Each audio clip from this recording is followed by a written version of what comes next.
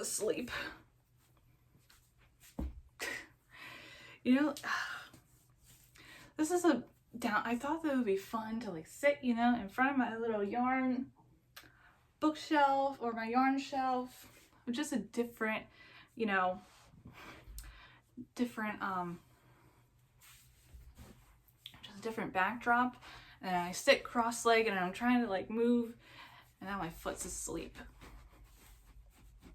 And then, do you hate when your foot falls asleep and like, okay, like it's numb and it's happening now, and then it like tickles really bad, you know, as the blood's going back to your foot. Like, oh, I hate that feeling. Like, no one touch it.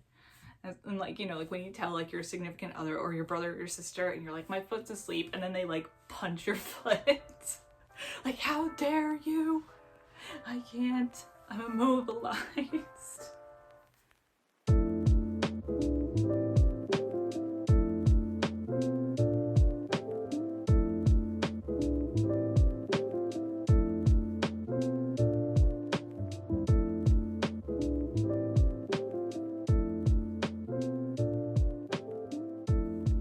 Hi pals, and welcome back to my channel. I am so happy to have you here with me again. You know I love visiting with you guys. It is the highlight of my week or my month or whenever we have time to sit down and chit chat with each other. I get to see each other, engage with each other in the comments. These moments are always special to me.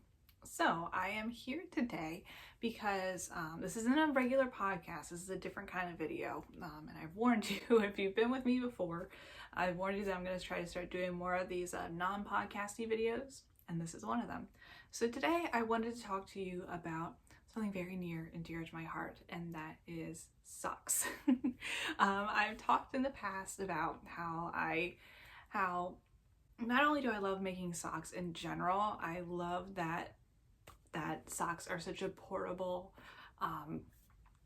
project to bring with you, right? So I'm the type of person who likes to bring my knitting on the go with me, and you never know if you're going to run into a situation where you're waiting in line, or it's an awkward situation, or it's just like you have a lull in life.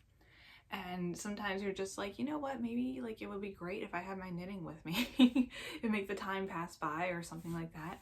And that is where having a sock, like a little sock bag like this, shout out to Ashley Paper Crane Yarns, like just having a little bag like this, throwing it into your purse or your backpack, and you know, just bringing it along with you.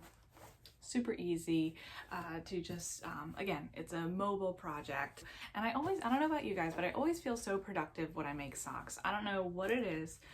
Compared to like, I probably feel the most productive when I make sweaters because it's such a huge project, but there's something about socks where I just feel so accomplished after I finish a pair, whether I'm making them for myself or making them as a gift. I always love making a pair of socks.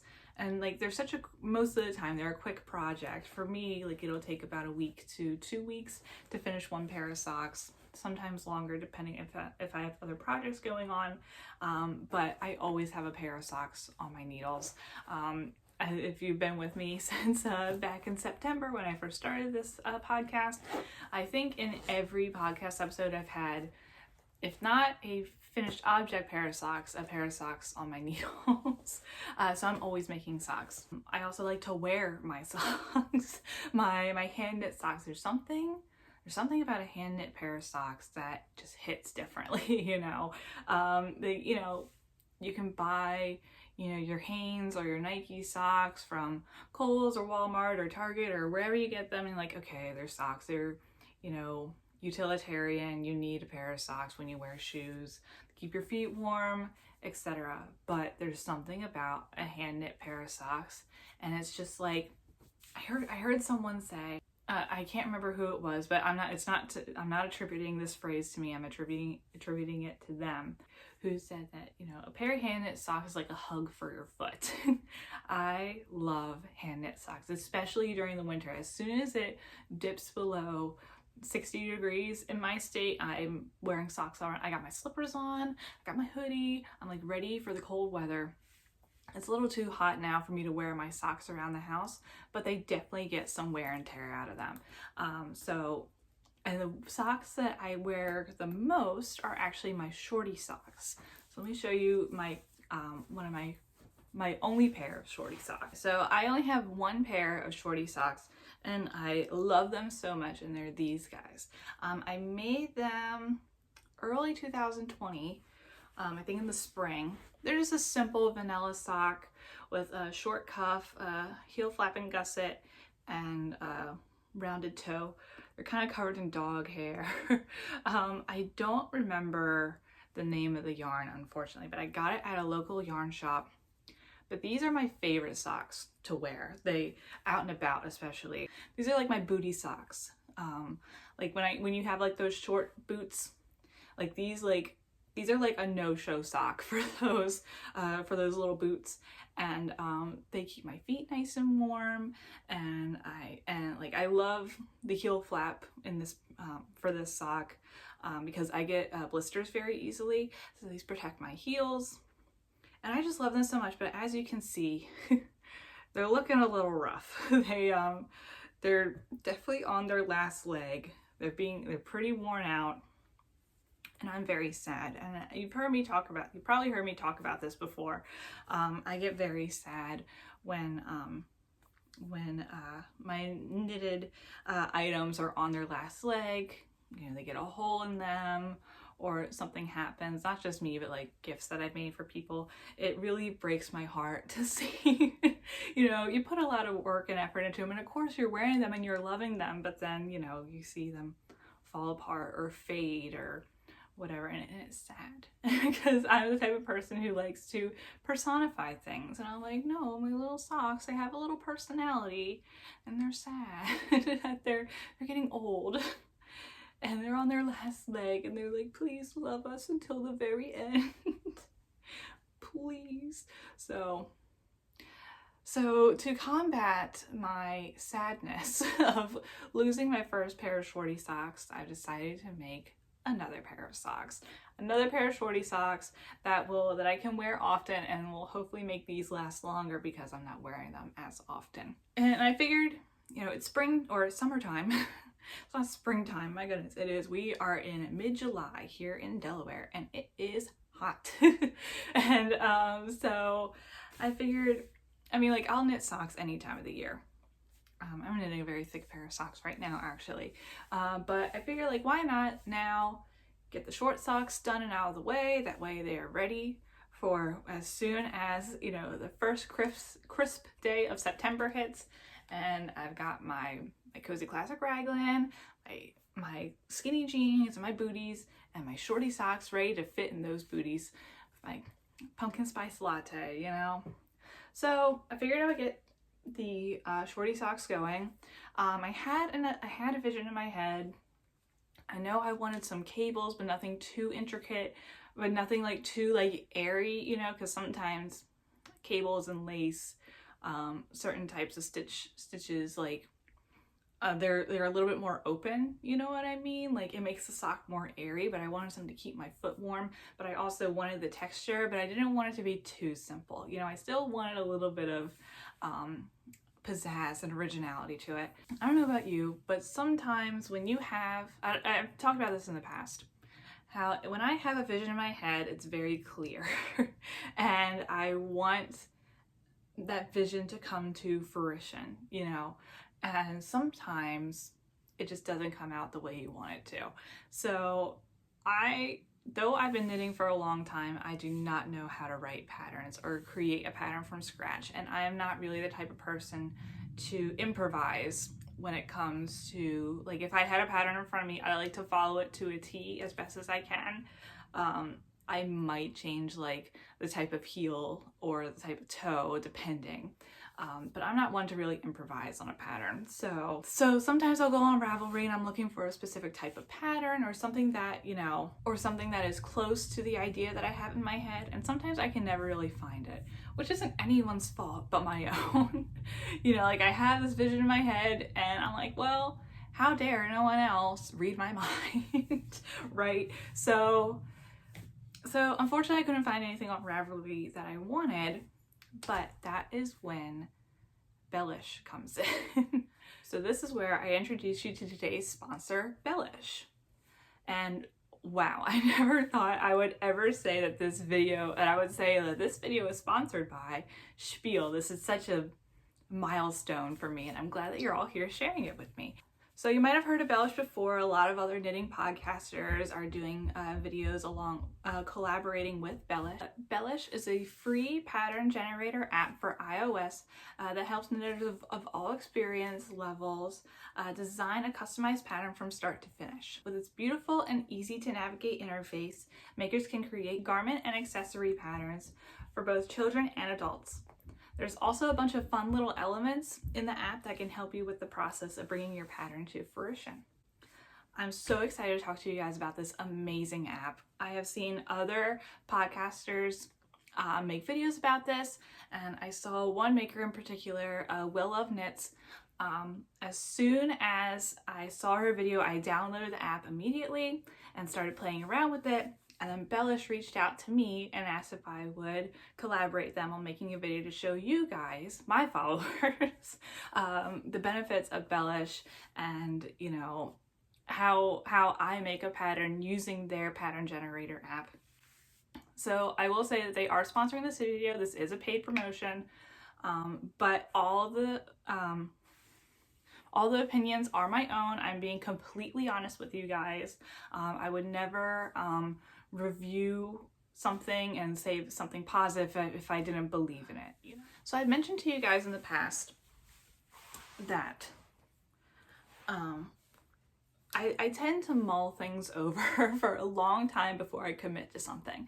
And making and creating this pattern with Bellish was not the exception. I love that I was able to play around with the app, to play around with different type of patterns that I wanted before fully committing to creating the pattern on my own. I mean, I could always just go back and create a new one, but I loved seeing all of the options that Bellish offered. So as you can see in this video that I'm going to put up on the screen right here, that way you can see it. When designing a sock, you start with the cuff. As you can see, there's a bunch of different patterns you could choose from: sweaters, cardigans, hats, and the like. And you can choose whether you want to make a project for a child or an adult.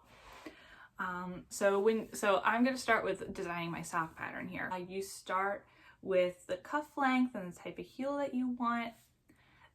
Then you choose your size and what embellishments you would like stitch patterns or stripes. Then you pick the type of yarn you will be using, the weight of the yarn, and then finally the color scheme. I knew I wanted to add some texture to my sock, and there were so many beautiful cable and lace patterns, but I ended up picking the Wild Oats pattern. I just kept being drawn to it several times that I was playing around with the app. Like, this pattern in particular really spoke to me. I don't know why, but I was like, I need a sock with that pattern. Also, Bellish allows makers to browse through yarns they suggest for the pattern, which I think is a really great feature. Though I didn't end up using it, I ended up using yarn from my stash, which is Schackemeyer Premium Yak. I don't remember the name of the color. I'm sorry, I didn't keep the label. So, for this pattern, or for all their socks currently, they only do toe up patterns, which was very interesting to me. I have never knit a sock toe up, so this is new to me. In my head, like, I don't understand how. Like, I don't know. Like, when I see a pattern is toe up for a sock, I normally just try to find a different pattern because in my head, I'm like, okay, you do top down. Like, same with a sweater. Like, I normally like to knit sweaters top down instead of bottom up, because then, like, because I'm very concerned about length, like, you know, the length of the body on a sweater. And it's kind of the same with a sock too. Not that I can't with a sock, you know, like it's easy to, anyway. but yeah, I just never knit a toe up pattern because, like, it seemed weird to me. Like, I didn't understand why I always did cuff down. But I was like, you know what, great opportunity to learn something new, working with the Bellish app, working along with this new app.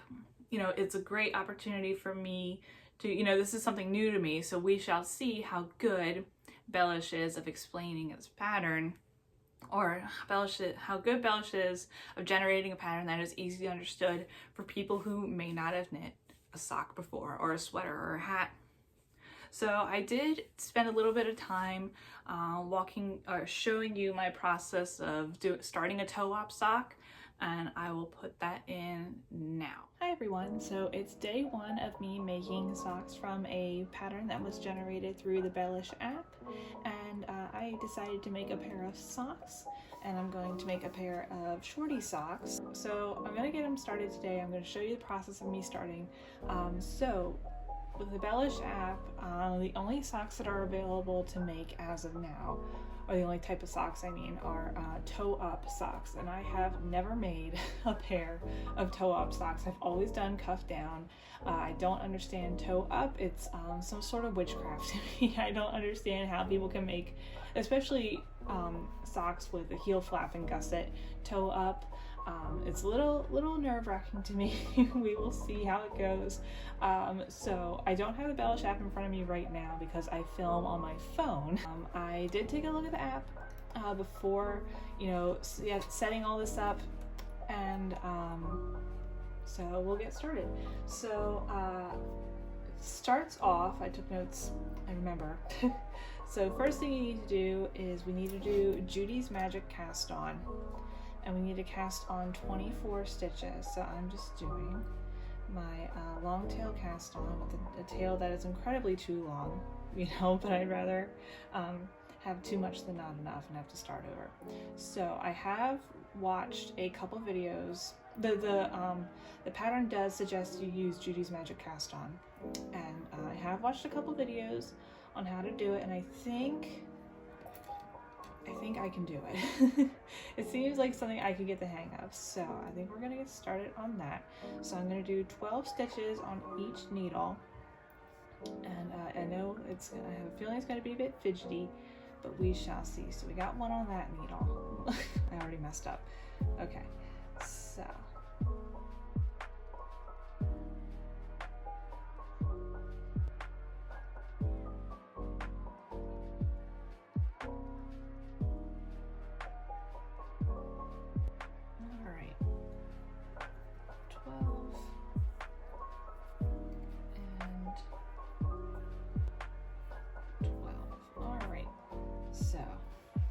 did the magic cast on, Judy's Magic Cast On.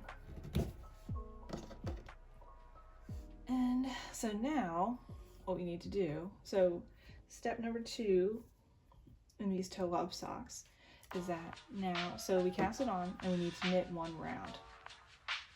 So let's see where we are here. So we have to knit around these and then get them on 4 needles. So I'm going to start with the top and work my way around. But I'm not going to split it into 4 needles just yet because that's just a little too fidgety for me. So I think or based on like seeing how people have done it. So I'm just going to knit around and not knit with the tail.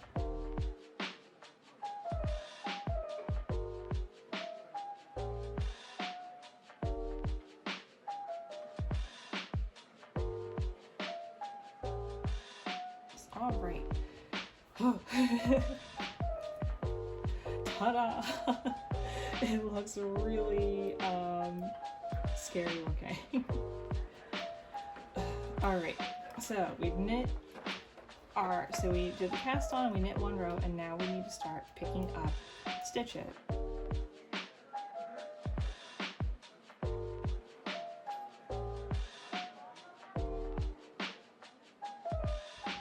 So that was my first row of increased stitches. Here's what it's looking like at the bottom. It's looking like a something. And so for the next round, you're going to want to just knit around, just knit all the stitches around, and the following round you're going to increase, and you're going to continue that until you reach your desired amount of stitches.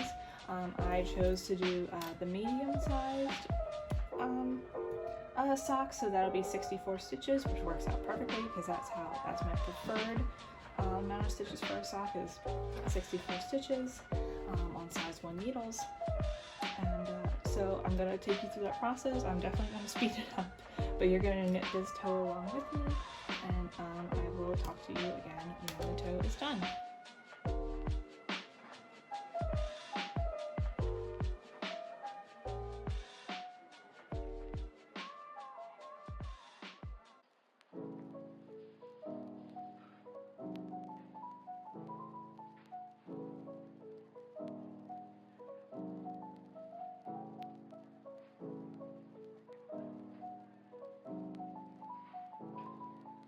Alright guys, I just finished the toe. It looks very small. I don't know if you can tell, it just looks like a really tiny toe. I guess if I compare it to, let me grab another sock here. So here's another sock.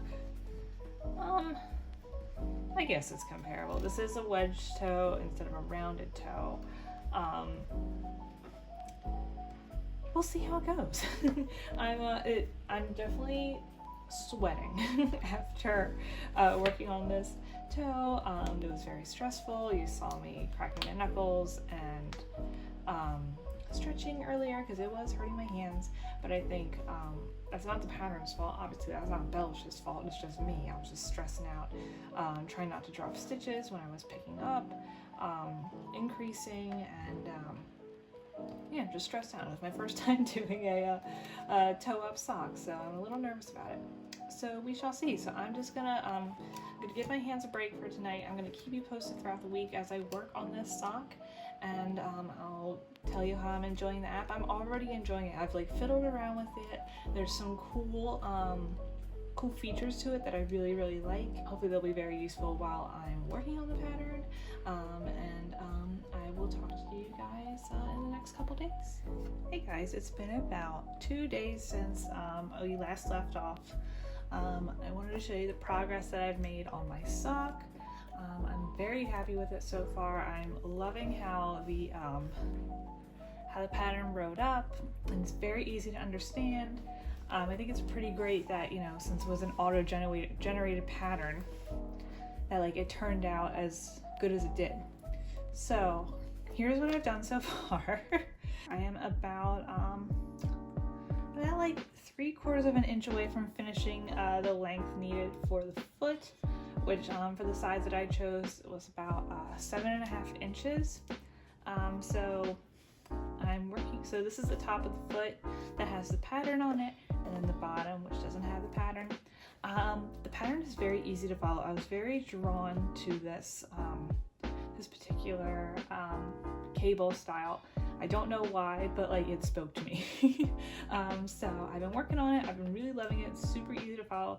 The pattern is very easy to memorize.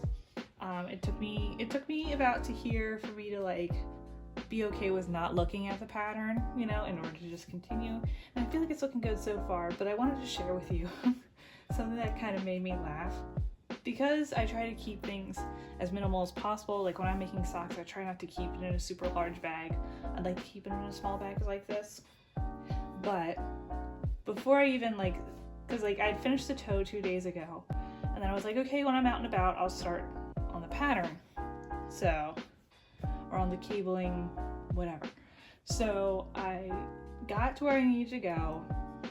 I started knitting, and I realized I needed a cable needle. And I forgot to pack one, and I was like, but I have to like get this done. So I found a paper clip. Where is it? Oh, here we go. So I picked up a paper clip and I turned it into a cable needle. I hope you can see it. Let's see, can you see? Yes. So I turned it into a cable needle. It's doing the job, and when I came back home, I just decided not to replace it with a real cable needle because this was just working out just fine. So I wanted to talk to you about, I wanted to show you my process of using this little cable needle. Okay, so now we're where we need to be in order to start the cable. So I just wanted to give you a demonstration on how I use my makeshift cable needle. It's like, it makes me smile every time I use it because I feel so resourceful, you know. So this one, we're gonna take these off, move them to the back, knit one, and then knit the two in the back.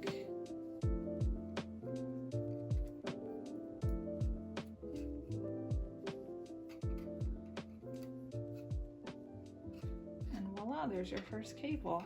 All right, so that was just a little dig into my process. I'm sorry I didn't show you from toe to cuff. I totally forgot to film the knitting the cuff process, or the heel and the cuff process. But I'll talk to you a little bit about it. I just really wanted to show you my beginnings of starting with the toe up and working with Judy's Magic Cast On, and you know, a little bit, and I talked a little bit about my cable needle debacle and how I ended up actually liking it. So all that, so you saw a little bit of sneak peek, but now I have the final product for you. And here it is. I am very, very pleased with how they turned out. I think they are beautiful. They're just what I wanted. It's the German short row heel. I ended up not doing the heel flap and gusset because that was too much to wrap my head around. Next time I make a pair of socks, which I know I definitely will be, making a pair of socks with the Bellish app. Honestly, genuinely, I'm already thinking about it. I'll probably do the heel flap and gusset. But I used to do German short row heels when I would knit socks for the 2 years that I've been making socks, but I'm not very good at the heel construction. It's never I don't know, it's not as smooth and pretty looking as I would like it to be. And I've tried different methods, and I don't know, it's not a heel that I normally gravitate to. If I know that a pattern will look good with a heel like this, like a pattern like this, then I'll do it. But anyway, that's just my gripe, but it has nothing to do with Bellish. It's just me and how I knit heels. But I chose to do this heel because, again, it was something that I haven't done a heel like this in a very long time.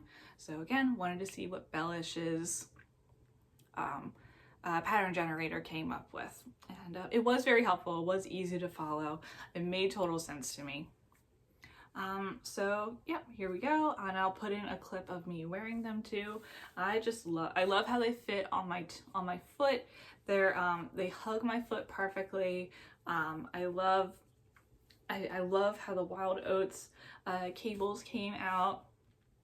It's just beautiful, and I can't wait to wear it. And I think the color that I chose with the yarn is a good color for fall as well. So I actually talked about, I believe in my last podcast episode, about how I am not the biggest fan of reading patterns digitally, on my phone or on my laptop. I would much rather prefer to print out a pattern and have the pattern physically with me. I have one around here. Oh. This is a test knit that I did for my friend Emily, for a fellow knitter, Emily. I like to have a physical pattern with me and write all over it and highlight it. And then by the time it's done, it's like a crinkled mess. And it's barely readable, barely legible, but that's just how I am as a knitter. And yeah, and sometimes when, if you get a pattern on Ravelry, for example, I'm just using them as an example. It doesn't always have to be Ravelry. It could be Etsy or wherever. But if you're someone like me, like I mentioned earlier, for socks, I like to knit on the go. And maybe definitely in a little pouch like this, there isn't room for a paper pattern. So you have to, on your phone maybe, or an iPad or a tablet, you have, you're taking screenshots or downloading it onto your phone and scrolling, and you have to zoom in, and you can't really mark it up or anything. You just have to remember where you are, and it can be a little frustrating if the pattern is a little bit more difficult to follow, So when Bellish reached out to me, I was like, okay, it's a fully digital pattern. Let's see what they have. Let's see what they have in store. Let's see what they do to combat the clunkiness of having to read a PDF pattern on your phone. So the pattern itself very, very, I mean, like in terms of the interface of the app, I think it's beautiful. As someone who just graduated with a master's in library science degree, I always have accessibility on my mind, and I feel like this app is very accessible, easy to maneuver, very easy to follow. The step-by-step instructions are clear. It's colored beautifully. It doesn't, from what I can see, it's not straining for the eyes or anything like the controversy with Ravelry. I think it's doing a really great job of keeping those things in mind. So yeah, the interface is beautiful. It's great. I think it's simple, and it's very simple, but yet very also aesthetically pleasing, which I think is what you want in a creative community like this. So in terms of the pattern, it was super easy to follow. I try to put myself in the shoes of someone, especially with the way the pattern was constructed, I try to put myself in the shoes of someone who never knit a pair of socks before. And it was easy to understand. I always look out for that in the patterns that I use. Like, okay, if someone who's never knit a pair of socks before, can they follow this? So there are a couple things about the app that stuck out to me, a couple little things as you're knitting the pattern. A couple things that stuck out to me that I wanted to share with you guys. So when you're actually going through the pattern, scrolling through, knitting along, there are some features. There are 3 features that I feel like help the maker, or that are beneficial to the maker, to the knitter while making the pattern. So the first thing is that as you're going through the pattern, there's a little up and down arrow, and it highlights what part of the pattern you're on. So you can hit the down arrow with each step, and then it highlights where you are. And even if you like accidentally close the app, or if you just close the app in general, you come back and that highlight is still there. So that's kind of like harping back to the paper patterns. I'm the type of person who I like to check off what I've done, and that's what that does for me, at least. It's pretty much the same thing. It's like, okay, did that, and it reminds me where I am in the pattern, which is obviously beneficial, especially when you're dealing with things like cables and you need to remember where you are. Like if you had to put down your sock in the middle of a pattern repeat and you can't remember where you are, sometimes it can be a little confusing. Then you're like, oh, okay, step 5 of the pattern repeat. And I love that very much. And I think that will be beneficial with all of the patterns. And that's definitely something that is lacking when you download a PDF onto your phone or tablet. The second feature that I loved, and I thought this is such a great thing for them to add to this app, was that there is a library of abbreviations. So when you click on, it's like a little stack of books, and on the bottom you can scroll through all the abbreviations that you find in average knitting patterns, but for this pattern in particular. And not only does it tell you, what it means, like WS, wrong side, RS, right side, but in some instances, like with cables, it'll tell you how to do that cable stitch. I'm not someone who works with cables very often, so I often find myself going to YouTube or just looking up online, like, okay, like what does 1/2 RS mean? And I might not even be saying that right. Or LS 2/1 or whatever. I'm like, what does that mean? Like, it's gibberish to me, right? Despite knitting for as many years as I have, I still find myself going back to YouTube for help. But it showed me how to do it. So I didn't have to use YouTube to learn how to do that particular cable stitch. And I got so excited. I'm like, this is so great. This is such an awesome feature for this app, and it's really gonna help Bellish stand out from other knitter focused apps. And I think this is so great. And yeah, again, I'm just excited about it. These like little things, it's accessibility things that just make me giddy and happy. And then the third feature is the counters. So the row counters. I am a knitter who relies on row counters. I have an array of physical row counters, and then I have a row counter app on my phone, and I'm always using it, and it again helps me keep track of where I am in the pattern. And the Bellish app has counters built right in. You can add as many counters as you want. As you can see on here, I had counters both for pattern repeats for the sock, and then the amount of rows I needed in the cuff to reach the amount of inches that I needed. And then I just repeated it for the second sock. That way I could see, you know, from the previous sock, like, oh, there were 9 pattern repeats for the right sock, so I'm gonna need 9 pattern repeats for the left sock. So, you know, it's the little things, you know, just like the little things that they thought of that make the app worth it, you know, they make it worthwhile, you know. So after finishing my socks with the Bellish app, I can definitely say that I love this app. I think it's amazing. I think it's so great. I look forward, I definitely will use it again. I already have a bunch of ideas of using the app. I would love to see how the app performs in terms of making sweaters and hats and cardigans. Currently, their library isn't very vast. I mean, you can mix and match. The way you can create a pattern with the different stitches and colors and whatever is endless. It's endless possibilities. But in terms of base patterns, it isn't very vast. But they are working on adding more and more things to add to their library. Maybe in the future they'll have cuff down socks instead of toe up socks.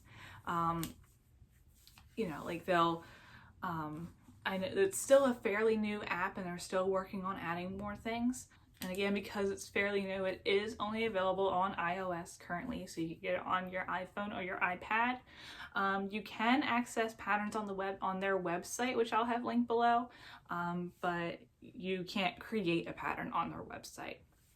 They are working on making this app available on Android as well, and once they get it on the Android, I know that it's going to blow up. I can see it happening. I trust that they're going to do a really great job with that. So that's really all I have to say about the Bellish app. Again, I don't really have anything negative to say. I would encourage you all to download it and check it out for yourself. And if you don't have iOS, like if you don't have an iPod or an iPhone, go to their website and check it out, and just take a look at you know, what you can make with it. I'm really looking forward to seeing what's in store for the future of Bellish. I think that they're really going to go places, and I'm just excited to see them grow and develop as, you know, as a company and an app. So yeah, but that's all I have for you today. Thank you so much for stopping by for this quick video.